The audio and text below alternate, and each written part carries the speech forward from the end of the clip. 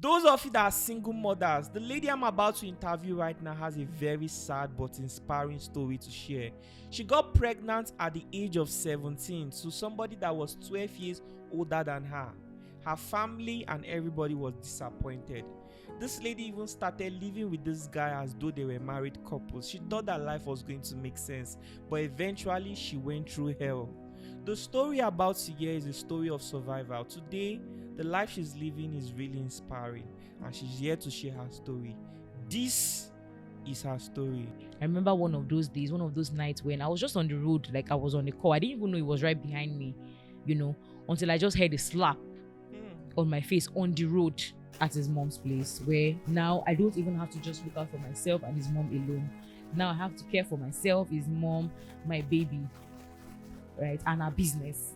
So it just felt like a lot. I was just so frustrated and tired. I wasn't working, it wasn't working. There was no more. I said we were literally striking, begging people to even eat. We could not afford antenatal. The doctor was so upset.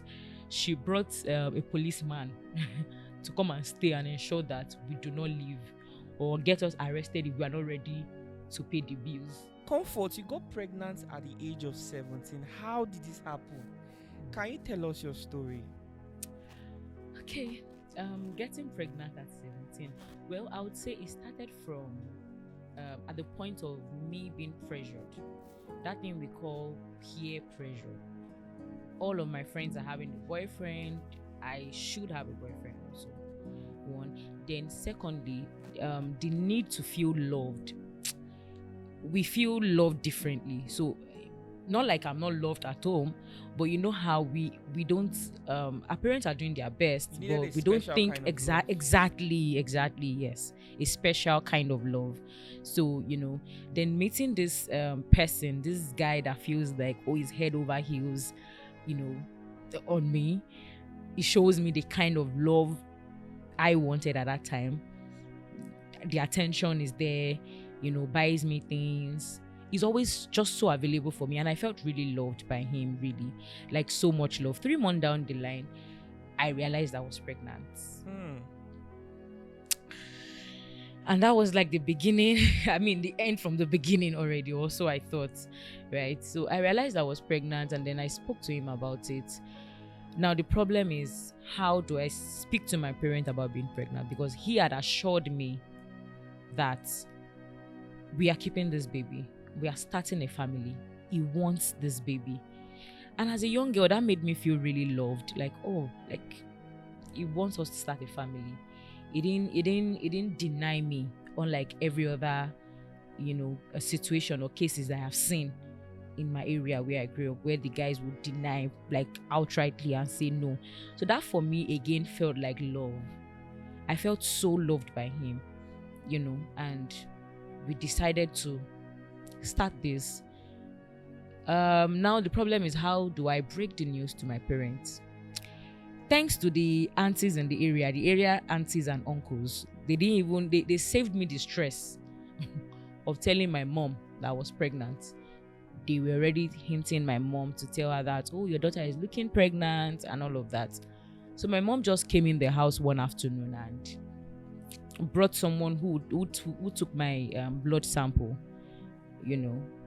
What's going on? I was curious. And then she said, oh, like, they're already saying in the area that I'm pregnant, so she has to find out and be sure. She wants to confirm. Yeah. Even though I told her that, no, I am not pregnant, she said, we'll find out. I shouldn't bother about that. So then the nurse called her to tell her that I was pregnant. She didn't even, of course, she did the normal African mother drama, but in summary, she told me, just bring the man home. You've gotten to your own endpoint. You are married, like, automatically. So, okay. I went to meet my boyfriend, and then I spoke to him, like, okay, this is the situation at home, and my mom would want to meet you. So he met my mom, and they had a conversation that evening.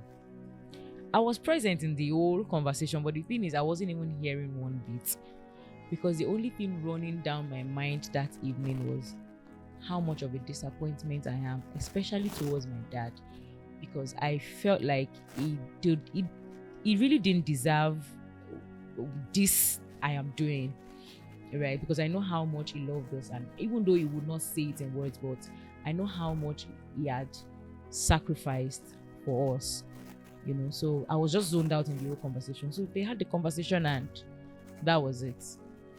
And then my dad came back home. My mom had told him, and my dad didn't even say one single word that night, but his action said all the things I needed to know. 3 months plus down the line, I was just taking the body heating from the house. You know how you can't even give your opinion anymore. You can't even say anything. Like, you have to be very careful of how you are living in the house because you are in the situation.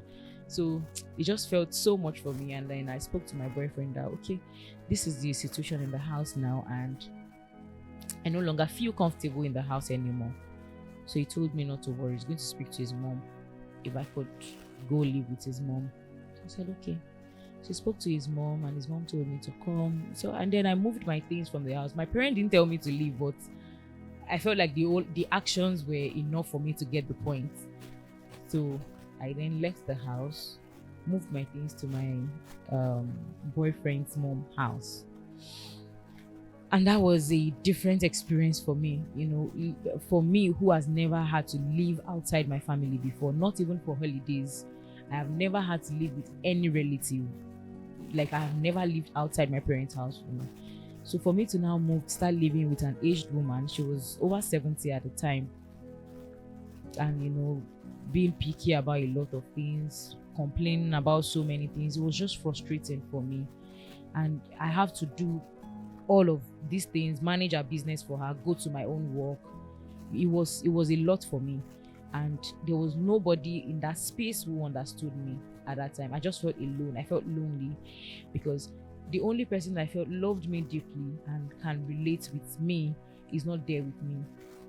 There are times when he comes visiting and I have to cry to him and let him know, like, I'm not comfortable here and this is what I am going through. The mom complains literally about everything I do. It just feels like nothing I do impress her. She's just not impressed by me, even though I have tried a lot of time to, meet up to whatever she wants, but it just feels like a lot. And you were just 17? Yeah, I was just 17. I just wanted to live like I would live in my parents' house. Yeah, but it feels very difficult for me to. So fast forward to when I gave birth to my son. I went to his stepsister's house, and I think the 2 weeks I spent there felt like me again for a period of time, because I was really being taken care of at his sister's place. So, but that lasted only for 2 weeks, and then I'm back at his mom's place, where now I don't even have to just look out for myself and his mom alone. Now I have to care for myself, his mom, my baby, right, and our business. So it just felt like a lot. I was just so frustrated and tired. And then I hear things like, after all, you didn't come here with a baby, so just drop your baby and go back to your parents' house.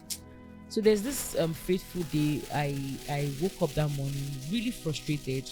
I was overwhelmed, thinking about the whole situation. Like, how did I get here at this point, at this age of my life? I'm already going through trying to convince somebody to like me, trying to be in the good book of this woman, and it just looks as if I will just keep trying and I'm never going to be loved by her. Maybe I just wanted to be loved at that time. So I was frustrated, crying with my baby in the hand. And there she comes yelling at me, saying stuff like, is it taboos and abomination to cry on a child? I shouldn't let my tear drop on the baby. She was trying to take the baby away from me.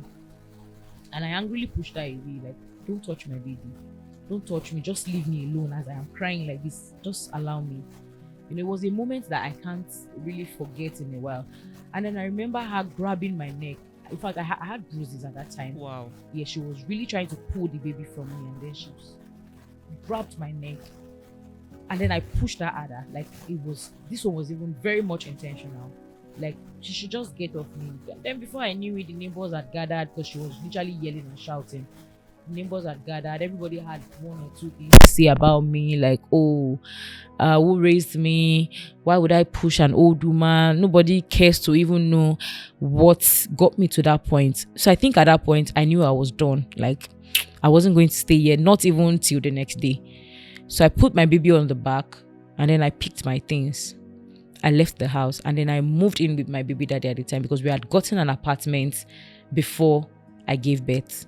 I'm curious why you never just moved in with him, ever, like from the beginning. So I was living with his mom when I was 4 months plus pregnant then when I moved in with his mom. So he didn't have a space of his own. He was squatting with someone. Yes, else. he was squatting with someone. Okay, Yes. Okay. So it was during that period of my pregnancy that we were able to get an apartment. Okay. Yeah. So you eventually moved in with him. Yeah. So I moved in with him. Feel? You're excited? I was happy. Relief. Yeah, I was happy. I was relieved. I felt like, okay, yes, this is the life. I'm starting my own family. That feeling of happily ever after. That freedom of finally, I am now with my man, like the love of my life. That feeling, that kind, the only person that loves me, the only person that sees and understands me. That was how that felt like at the time. But was that short-lived? It was short-lived, really. It was short-lived. So I think it was a case of, I would say, expectations from both ends. I was expecting him to be like the father figure for me. And he was expecting me to be the wifey figure.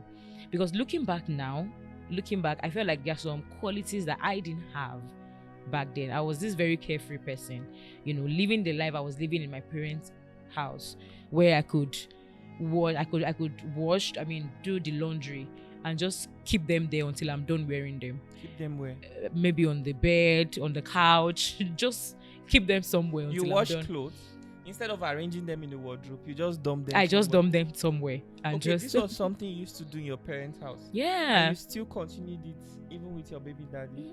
I'm for someone who is 12 years older. I'm sure he's not going to tolerate that. Well, he wasn't having it anyways. But from my own end, I just felt like I'm doing so much.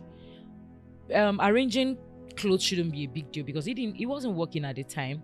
And when my baby was 2 months already, I already picked up a job. I was doing a teaching job at the time. So I was working, cooking, fending for the house. So I just felt like, okay, how do you want to help out? So it was a lot for me. So it was the same thing I felt like I was complaining about, the overwhelming part of doing chores, having to be the one doing everything. Because honestly, it wasn't like he was doing so much. Honestly, because I remember one of our quarrels where I told him that, you literally sit in a spot where your breakfast, lunch, dinner comes to meet you. And you don't move an inch for a whole day. So it wasn't like... It doesn't even help with house chores, and nothing. you were just 18. Yes, for real. At that point. I remember times where... Taking care of yourself, the baby, him, yes, the house, everything. Yes. I remember times where I would tell him, oh, please, the baby had poo. Please help me clean up. Oh, easy. It feels like so much, even if he was going to do it. When your own child had pooed and you want to clean up your baby and you are doing it in a way that you're trying to be careful, like you're not used to this, like this is mess. You don't want to touch it. Maybe you just put the baby's butt on the tap so that water can just that kind of thing. So in my mind, I just don't worry, just leave me. Let me just do my thing. So at some point, I didn't even think I needed his help because it wasn't needed. So it was, I just zeroed it out like, okay, I might not get so much help as I thought I would be getting from this person. So I tend to do most of these things for myself. I'm curious where your family was in all this whole experience. Was your mom not reaching out to you to know how her daughter was doing? What about your dad, your siblings? I'm curious. Because you're just 18. Who does that? Leaving her daughter all alone with somebody unprepared? My dad would not even say one word. I think his only major concern whenever he reaches out to me is when I get him back to school. Oh. That's like the only thing he would tell me. Like, okay, jam form is ready. He send me money. Go and take, what's your plan? Getting back to school. So that's like, it doesn't even like, he's not concerned about whatever journey I think I'm putting myself into. His own is, yes, okay, you've gotten whatever thing you want to do, get your life back on track.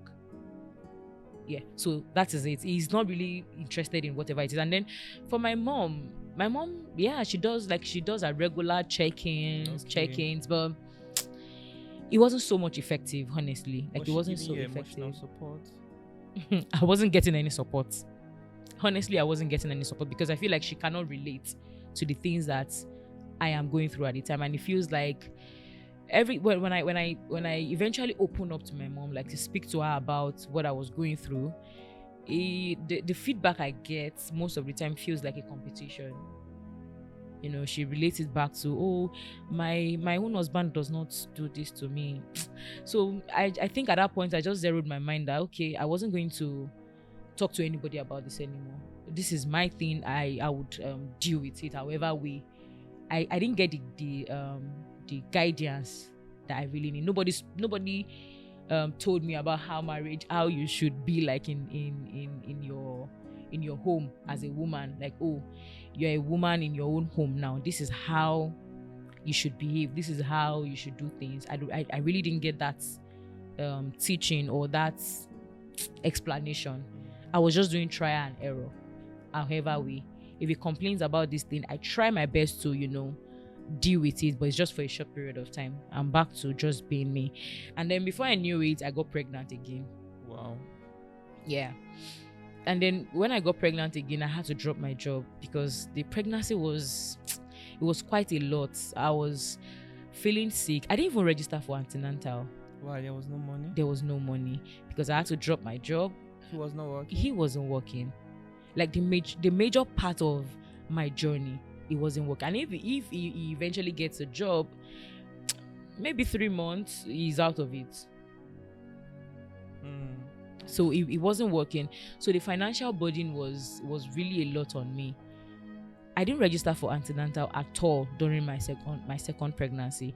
And then because he wasn't working, I wasn't working. So we resort to what we call striking.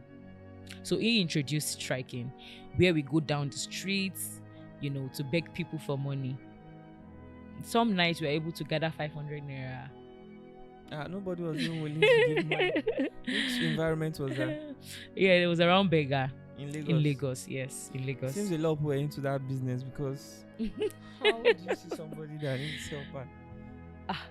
We just go to people randomly, just speak to people. I remember one of those random person that I speak to. I met a pastor then, and then that man had told me that he has been observing me for a while now, and he says that every night I'm always coming out to do this. Where's your husband? Of course, then now. So there's this thing I do also. There's this ring that I bought for myself. You have a child, so how do you want to start explaining to people that you are not married and you're living under a man's roof? So I need to, fake that. Buy a ring to wear. So of course he asked me, where's your husband? And then I told him how things has been like for us, and all of it. He invited us over to his house. So the man told us and said, every week we can always come around to get food stuff, that we should stop going about begging people for food. So that happened for like some few months before my baby daddy wasn't comfortable with going to. So it became shameful. Yeah, for every time we're always yeah. there, to collect food. So it was just somehow. So we had to stop, and then we had to go back to striking. Sometimes when the hunger is a lot, like when it is a lot, there's this neighbor that sells boiled corn in the next house. We go there to get some on credit. Then after we are able to gather some money from the striking, we pay her off, and then we collect another one. So it's like a circle. I'm curious how the striking is. Strike me. Good evening, sir. Good evening. Please, sir, I just need your help, just small help. I'm very hungry. Any amount you can give, sir, I would appreciate it. Any amount at all, no matter how small. Then the person just looks at me and like, but you are pregnant, you have husband. Sir, I know, but things have been so difficult. No matter how small, just help me. I've been hungry. even if it's 200 something. In fact, the highest amount somebody has given me is 500. Really. That means it was not working. Did he teach you what to say, or you learned it yourself? Honestly, I don't even know where that came from. You know, when you are in the midst of the problem, you don't know when you start saying what you don't even know. You think Yeah. you don't know these things, but until you get to that point. So I think that was it. I just developed this skill, this striking skill. Yeah, where we This go is task really people. interesting, honestly. so Sweet couples. when I had my daughter, that's my second child.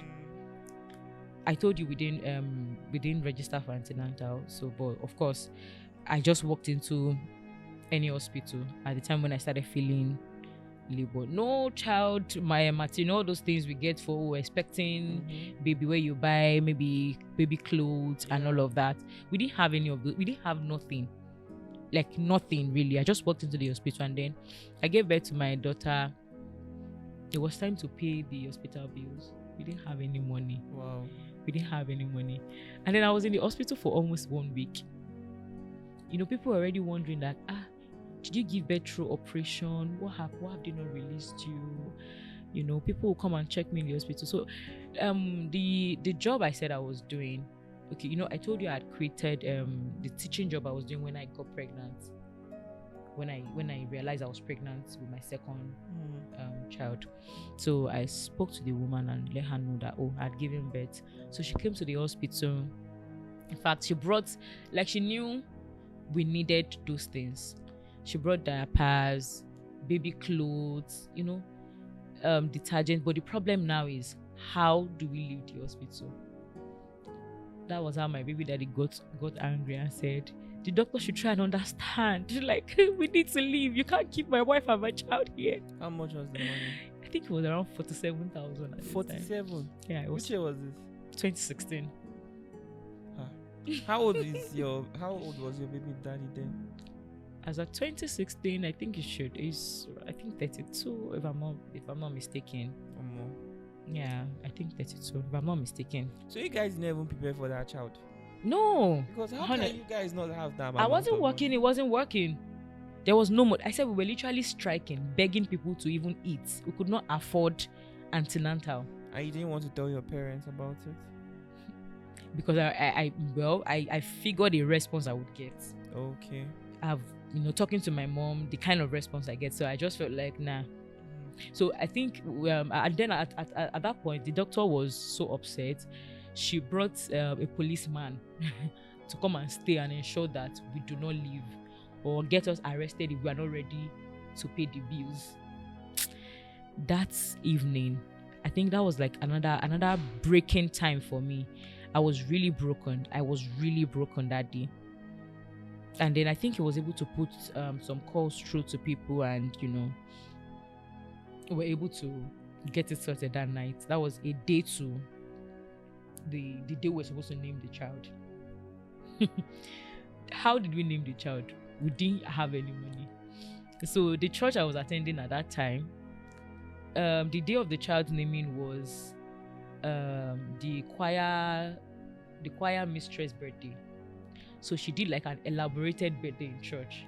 So we just infused the naming ceremony into that event that day. In fact, she bought the clothes the baby used for the naming ceremony and all the items, and that went like that. So I think that was it. That was how the baby number 2 came about. Yeah. So you guys continue to live as couples? Yeah. And then I went back to work. I went back to my school job after my baby was 2 months. Yeah, I had her in November, and then second term resumed in January. Yeah. So I resumed back to work. He also tried to get a job. So eventually got the job where he would have to stay at work for 2 weeks and then come back home for like some few days. So at that point, my teaching job then was paying me 18,000 monthly. So it wasn't sustainable. So what I did, I started selling fried yam, pawpaw for students in the mornings. with my few months old baby. Then I think my baby was around 3-4 months already at that time. So I picked that up just to fend for the family because nothing was really coming from his end. He just started this job, you know. So, and that was it.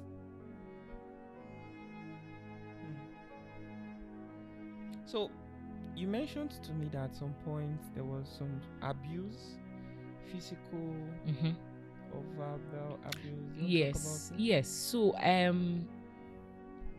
life was good. I mean, doing the struggle with the love of your life, it was beautiful. So, but things started changing when insecurity set in. So at some point, I got a promo job. I started promotional jobs. In fact, this is where proper hawking started. It was a promotional job, but it was an hawking activity where I had to hawk a particular product in traffic. You know, I remember days where vehicles had passed my leg and all of that. So, but then I think I got open to meeting new set of people. You know, now life had moved from just me and him in the house. Now I am exposed to the world. Now I walk outside where we live in. So insecurity sets in for him. And I think this insecurity did not just start. It started way back when I lived with his mom. Because I remember days where his mom would tell him that even while I was pregnant, would tell him things like, oh, I'm speaking to a guy on the phone. I'm trying to meet up with a guy and we're having the conversation on the phone. So I think that was where that started from. But it played out fully when I now started walking outside the area, you know. So he started monitoring me. I remember one of those days, one of those nights when I was just on the road, like I was on the call. I didn't even know he was right behind me, you know, until I just heard a slap on my face on the road. In fact, it was guys on the road that attacked him. Like, how would you do that? So, and then that became a thing. I remember times. What did you? Sorry to say. Yeah, that's fine. I'm just imagining how long he must have been following you. Honestly, and then maybe you said something exactly so sweet to another guy, exactly, and he just could not control his. I just heard a slap. But what were you saying on the phone? Honestly, like, I can't remember. I can't remember. It must have pained him so much. So much. And then I called his mom because I was that night, you know, I was already moving with the mindset of, okay, so it was a process. It was a process of, okay, you're always complaining about me talking to this guy. This is me who have heard your conversation with your mother, where you guys have concluded to say this is not your wife. And where I remember times where we've had misunderstanding, maybe on, oh, you are dumping clothes here, you are doing that, where you tell me that, well, I'm just looking at you. By the time you are 30 and old and no man wants you, I will just dump you and go and marry a new fine girl, cha-cha. So I am running with that mindset of, okay, it's just a matter of sooner or later. I do not belong here. So I was beginning to fall out of love at that point. I was just looking for every opportunity to escape out of that love because I didn't know where to go. Where would I go? He is all I have known. The moment I left my parents' house, right? He is all I have known. So I think one of my major mistakes was leaving my parents' house in the first place. Since they didn't even tell me to move out, I should have just stayed. Maybe I wouldn't have had all of this experience. Yes, it could have been tough also at home, but it would have saved me all of this process. So insecurity sets in, constant beating. There are times when we have arguments in the house. You know, you're talking to this guy. No, I'm explaining that that's not what it is. This guy is just my colleague and it's just work related. No, he would tell me, oh, he collected one of my colleagues' phone number and they told him that I have a thing with this person. And I'm here telling you that is not what it is. And the next thing I'm hearing is a punch on my face. A punch on my face.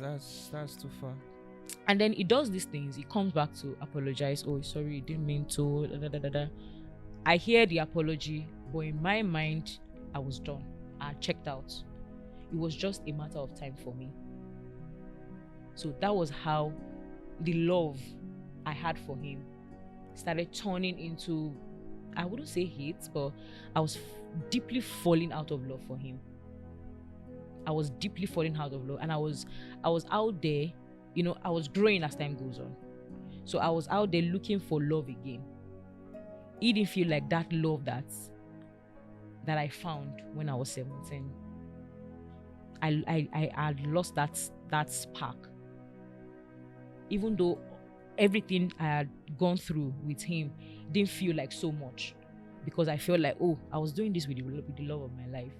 So resentment started coming in for me, where physical abuse, you're not trusting me anymore. It feels like you're never going to fight for me. It feels like we are never going to get married. I was just going to keep my life at this until one day when you would just tell me, oh, you are done. So yeah. Well, for some of the things you mentioned, I would want to blame it on the age difference and the fact that you were really young. Your family was never giving you the emotional support you needed, the guideline, and they did not even try to convince you to return home. Nah. Until he paid your bride price or something. But they allowed you to continue living with this. In fact, my dad was so angry at some point, and he literally said he didn't want to meet anybody from his family. That they shouldn't even try. They should not come and say they want to come and marry me. Why? That is, I mean, I think his anger was coming from the place of, my pregnancy was 4 months before I left the house. Nobody showed up. Oh. And when I moved in with his mom, they still didn't feel the need to show up. So he was just feeling like, oh, like they never even respected exactly you enough to even come see. Exactly, like they just felt like they've seen a free wife, free child. Oh, okay, now I understand. So him was like, he didn't even want to see anybody. Nobody should come. So it was just a case of, it wasn't like he gave my hand in marriage, or it was a consented situation. It was just a case of me just doing what I want, and nobody is saying, oh, don't do that. Kai, do this. That was even some of the errors from the story. Yeah. You were making mistakes and learning from it. Exactly. I mean, you're sitting here right now, you are recounting all of the things that happened, and then you're able to point out some of your mistakes. You know that if you did not do it this way, it would never have happened this way. Absolutely. So, I mean, looking at yourself, you don't look like a mother of two, first of all. I know. And you look like someone who is now well placed in life, because from what you narrated, at some point you and your guy, you were, what's that thing? Striking. So for you guys to come out without shame, moving from place to place, approaching random people and asking for help, it must have been that bad. For you to have been stranded in the hospital, it must have been that bad. Really bad. But looking at you right now, are you faking it, or truly things are now well? Well, I wouldn't say I am there yet, but looking back, I am a different person, like for real. And I would say this is because God's grace. Well, like I can't even outrule that part that God has really been with me on this journey, right? But I think I am that person that I am highly resilient. So my journey with all of this, I'm that person that would not say no to any job opportunity, any legal job opportunity. I wouldn't even though I am not going to see so much from it, I think I want to give it a try. I'm that person that is open. I want to meet people. I want to be exposed to a lot of things, because I feel like I was being deprived of that. I got into the family way early in life, so I didn't have that opportunity to explore. So, and then when I got that opportunity, I think I really maximized it, really, because I got recommended for jobs that I know I had not done before, but I'll tell you I can do it. And you did it. So I run back to people that I know that have been there, that have done this thing before. Maybe, for example, when I was doing these promotional jobs I had supervisors. So I work very close to my supervisors. So when the opportunity presented itself, because so this is me. When I was working as a promoter, I work closely with my supervisor and I try to see how he's doing things, even though I have not done it before. I offer to help, even if you not pay me anything. In fact, I was willing to do supervisor jobs for free. Like, I want to know what you guys are doing. You needed to build experience. You needed exposure as well. Exposure, I think that is the word. I just needed that exposure. I know that there's more to me, right, than what I was doing at that time. But I didn't know. I didn't even know what it is. So I just needed that exposure. So I was very much open to doing anything, because I remember the job that really recommended me for other jobs that helped me to this point was a 2,000 naira job that I spent transportation of 1,800. I'm sure that to any girl out there now, it doesn't make sense and they won't take it. They won't take such job because it's not making any sense. But I don't know, somehow I'm just so happy to just do it. To just go there, meet people, find out what other things I could do. And that was really how I met people. I know there's this thing with people seeing what you're doing. And I think that was where I started getting recommendations. Till I got to this point. Because at some point I look at it and I feel like I don't deserve this. Well, it's not coming from a place of not understanding my value, but looking at where I am coming from. You know, that girl who used to hawk, that girl who would go around begging people for money, and this far that I have come. With your 2 children? Yes. So I remember when I left my baby daddy, you know, due to physical violence, like it got bad at some point. It got bad to the extent where I got stripped in the public. Like, he stripped me naked in the public when we have quarrels, right? So I think that was like the last straw for me. That was the last straw. Even though I didn't quarrel so much about it. It was a thing, people gathered, people had their own opinion, talk, and that was it. So when I got this job we were living at Bega, and the job I got was in Yaba. This recommendation I got, I just told him that now I got a job, so for us to be able to save better, I would just need to move somewhere close to. That was my escape plan. I felt so relieved when he agreed with me, because it's not like I had to go and take permission from my parents. He's the only one. He has been the one there from when I was a teenager till I grew up into my 20s. He's been the one that I know. So of course I spoke to him and then we agreed. And that was it for me. That was how I felt like, okay, I had escaped this one and I'm not going back. So, but for him, he might really think, oh, maybe because I got a job now, I feel like I am better now. That's why I had checked out years before then. I was just looking for an opportunity to execute that. So now looking at the journey so far, really, from who I used to be and where I am now, I know I don't look like it. I really don't look like it. This is just God's grace for real. And honestly, God has just given me the strength to keep pushing. That's just what I would say. So transitioning. At the moment now, you're just living by yourself with your 2 kids? Yeah. So I relocated to Abuja from Lagos last year. Yeah, work transfer actually. So and then I had to relocate with my kids. So eventually I went to pick my kids from him. Oh wow, nice. Yeah. So you guys are living together. Yes. The story is now beautiful. Has he been replaced? Well, no. He has not been replaced because I'm not married yet. Right? So until then. But the way you're smiling is as if there's a shadow in the picture that you don't want to reveal yet. Nah, there's no shadow. There's no shadow. Are you sure? There's no shadow. Okay. There's no shadow. So how old are your kids now? Yeah, my son is 11 and my daughter is 8. Oh wow, interesting. Yeah. That's good. So you still do the job? You still working? Yeah, I still work. Wow, that's interesting. I still work. So where do you see yourself in 5 years? You know, with yourself, your kids. Mm. How would you like life to look like in 5 years for all of you?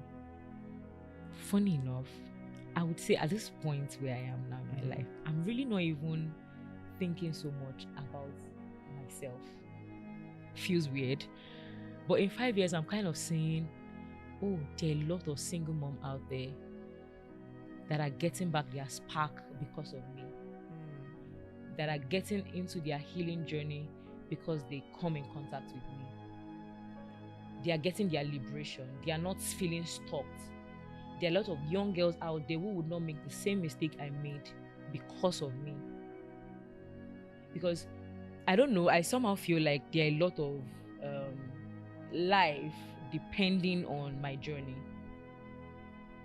So, I see that there's a lot happening in that aspect in 5 years. You want to be an inspiration to single mothers? To young girls and single mothers. Okay. To young girls and single mothers. And I think most importantly, single mothers, because they are already in the situation. And now, what about your family? What's it like right now, your relationship with them? Are they now proud of you?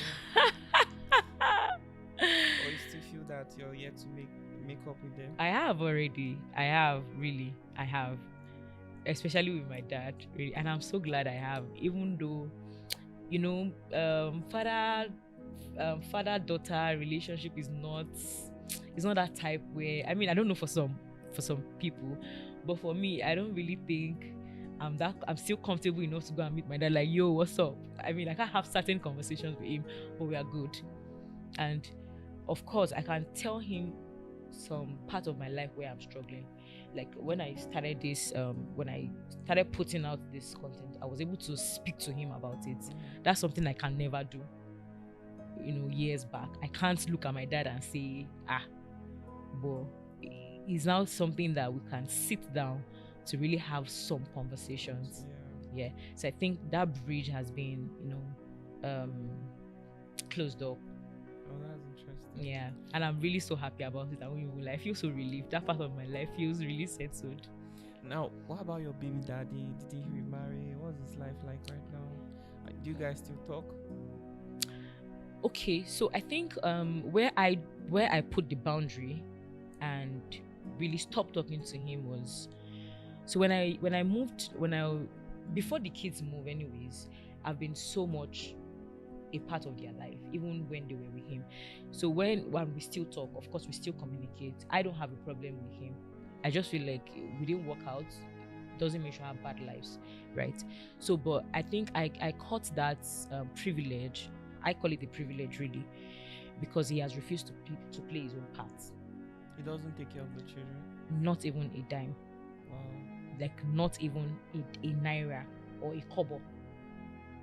But he calls on their birthday to say he wants to speak with them. So what I did was, I specifically told him that if you're not going to come up to your responsibilities, I don't think there's any need for you to keep calling or try to be a part of their life. You know what to do if you really want to do. And these children will never know that they no matter how you try to explain it, they will never truly understand the burden you have to carry alone as a single mom, and how their dad is not, helping you with that. But he still talks to them as though he's their father and he's taking responsibility. So they know.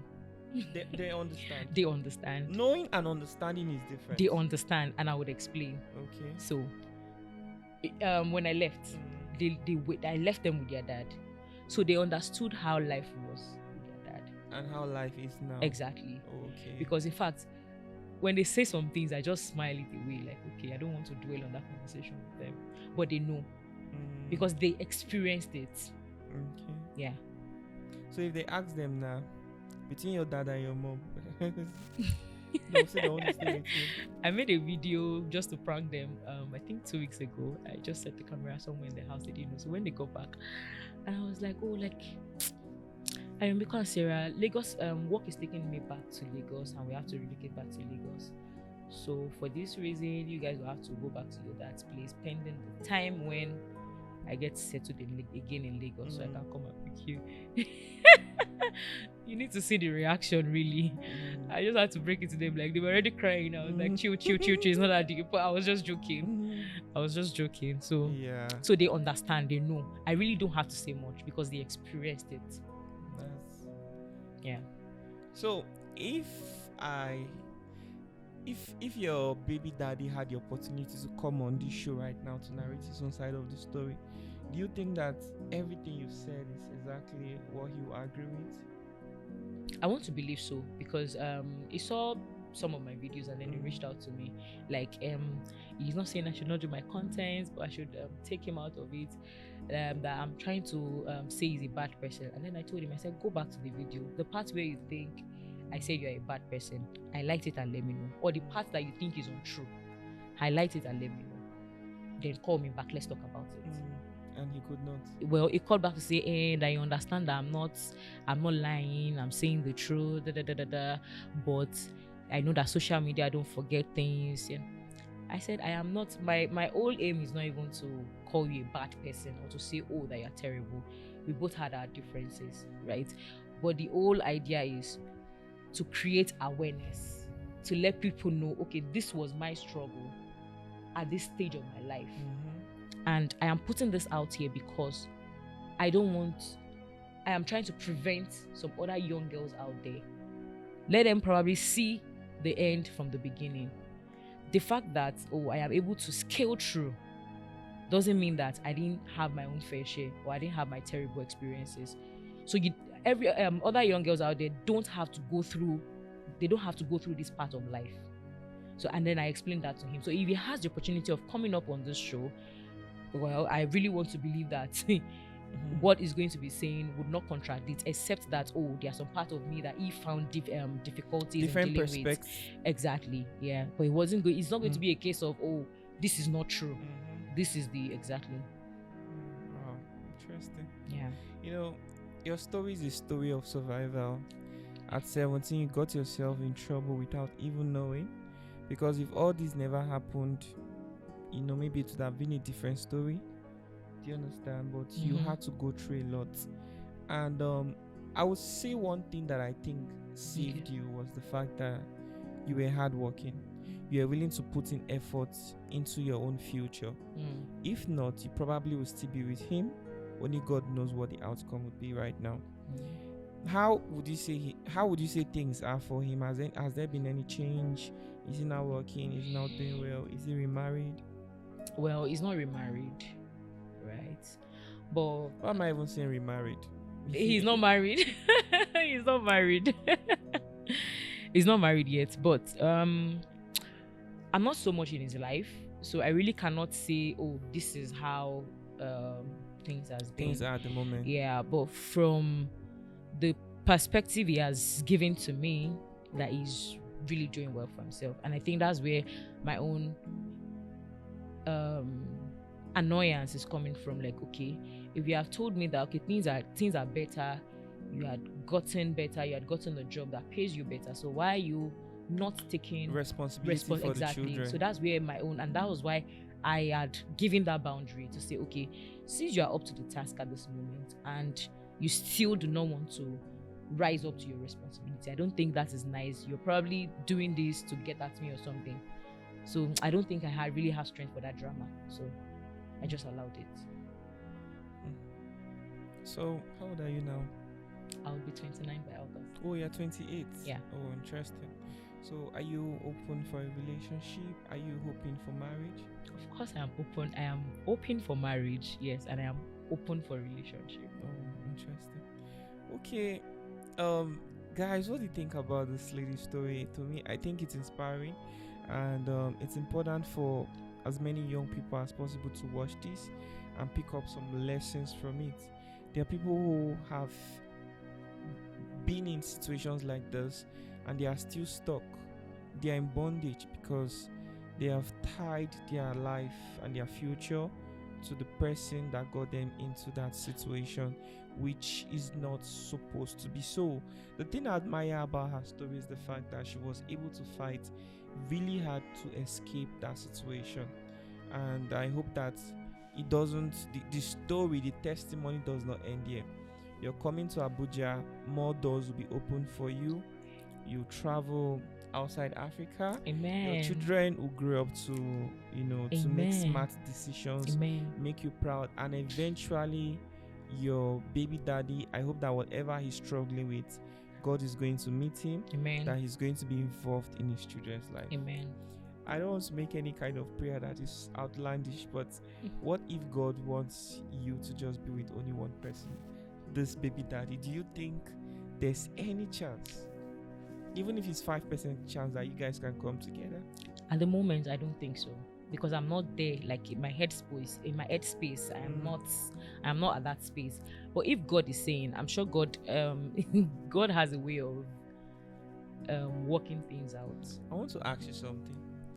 Sometimes when your kids are speaking to him on phone, don't you just sometimes sit and try to imagine what it feels like for him just being alone over there and everything? I don't feel anything. That's the truth. truth. I don't feel anything. Like I don't imagine anything. You've been through a lot then. Yeah. Okay, so thank you so much for sharing your story. Do you have a business that you do? You like to use this opportunity to, talk about? Maybe people who have been inspired by your story may want to support your business by patronizing you, your service or your products, whatever. Okay, so currently the only business I am carrying on my head at the moment is this single mother drive at the moment. Okay. Yeah, so I am actually looking towards launching a workbook, like a healing workbook that single mothers could work, because it helped me. I journal a lot during my healing process. Yeah, like I write down things. I try to reflect. So I am planning on launching a workbook for single mom, and also like a compiled book that has my story, the learnings, and how I am able to, get through the process. Is the workbook ready? Not yet. I'm still working on it. Oh, I'm still working on it. sad. But it's going to be really like out really soon. Okay. Next month actually. So what's your TikTok handle? So just in case it's out, people can Oh, come there, okay. because this video posted before it's out. Oh, okay, then that's fine. So a very fine believer. So a_very_fine_believer. Of Instagram. Same thing. Same thing. Yeah, across all social media. A very fine believer. All right, guys, thank you so much for watching to this very point.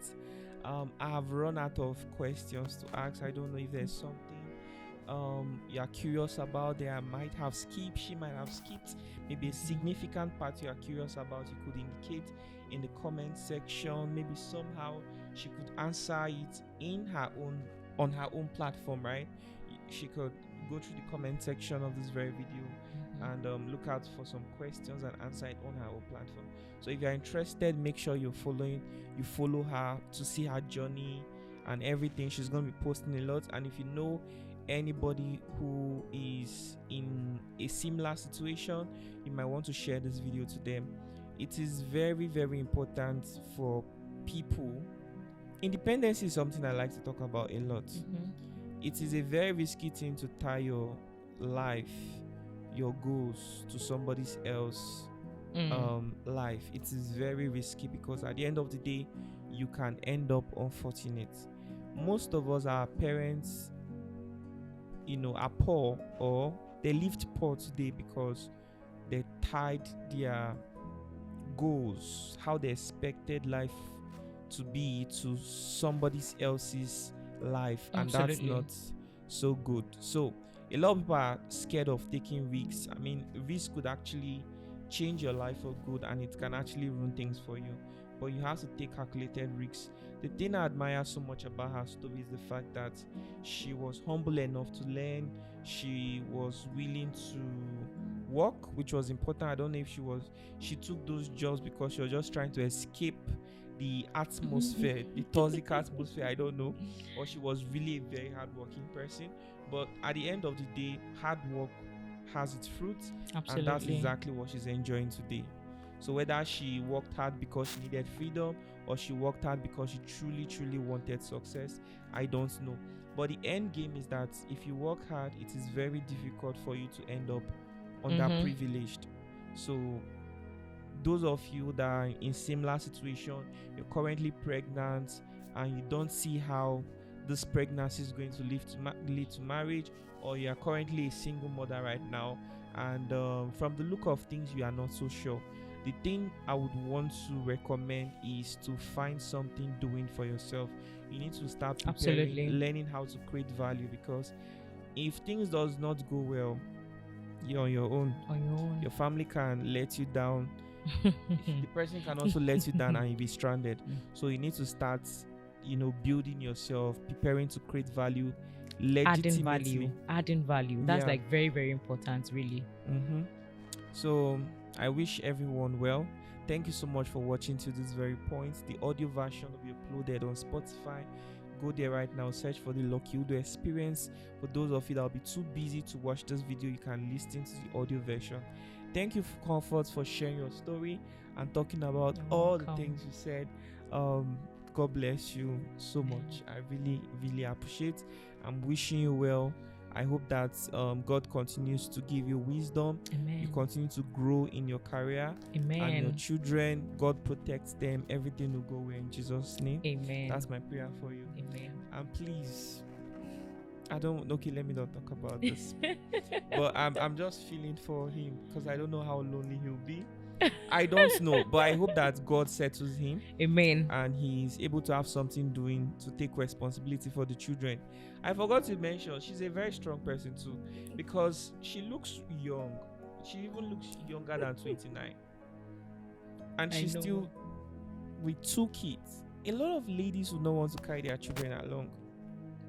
Right, Do you understand? Because my work is actually like quite tasking. Apart from work, some people are selfish. Do you understand me? Because let's talk about the feeling of being a young, beautiful lady.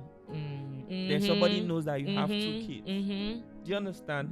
There are places you can't go because you have children. Right. And you are careful about how they grow. I can't. So for some people, they would want to take those kids to either stay with your family, my mom or something. Let him just be with the dad. It's not your problem. I remember when I was moving my kids to Abuja, my mom was like, I should bring them, at least they are grown now. I was like, nah, let them just be with me. Let them just be with me. That's really interesting. God is going to answer all your unanswered prayers. Amen. Just please put in good efforts in raising them well. You have had your own fair share of life. Absolutely. Do not forget about the mistakes, the lessons. Use it to group them up, and hopefully everything should be fine. Absolutely. Thank you so much. sharing. I think another thing I would like to add is that we currently have a community for single moms. Okay. Yeah, because we realized that, like, during my own journey, there was no safe space or a place where I could speak to someone to say, oh, this is what I am going through, and they can relate and help me navigate through. So we have created like a safe space, a community where a single mom can, express themselves and move out of that shame. Like I said, I was wearing a ring at some point because I can't be explaining to the world that, oh, I am a wife, but I'm not married. I have kids and all of that. So there are a lot of struggles that single mothers experience, that they go through, that they don't have anybody to really talk to about it. So we have created a space where they are allowed to speak, and we look into the situation and see how we can be of help. This is like a community where we are doing this together. It's not like one person is superior or one person is because I am literally still in my process. So we are working together towards ensuring that we are healed and whole, and nobody's going about with a bitter heart towards their baby daddy and saying that God will punish us. No, we are not doing that one. The idea is not for you to be bitter, it's for you to get healed and co-parent peacefully. At the end of the day, what matters to me is the well-being of my children. If today they say they are comfortable with going to their father's place, honestly, I am going to allow them and be happy for them, because I am more concerned about them than my own self. Selfish. Exactly. I don't want to be selfish. My mistakes should not. I'm not trying to cover up anything. I am after them being happy. And if they think they are going to find happiness there, I am going to support that. So that's what the community is about, is to help single mothers heal. How can someone join this break community? that shame? So I have the link in my bio on my platform. Is it a Telegram community? It's a WhatsApp community. It was formerly on Telegram, but we realized people are not so much active on Telegram. Okay. So we moved to WhatsApp. Okay, so Yeah. someone has to join from your. From my TikTok, Instagram page. Okay, the Yeah. link is there. Yeah, the link is on my bio. Okay, just have to click. Yes. Go And there then right now, click and join, participate. I hope some exactly. guys will not go there to join to see what people are planning on this It's fine, they will also learn. All right. Yeah, it's an open You community. guys are doing something really nice. A lot of baby daddies who want to even share that link to their baby mamas that are giving them trouble. All right, thank cool. you so much for this very episode. Thank you for sharing your story. We really You're welcome. appreciate. At this point, we have to say bye to our viewers. God bless you so much. God bless you. I want to go. Bye. Thank you very much.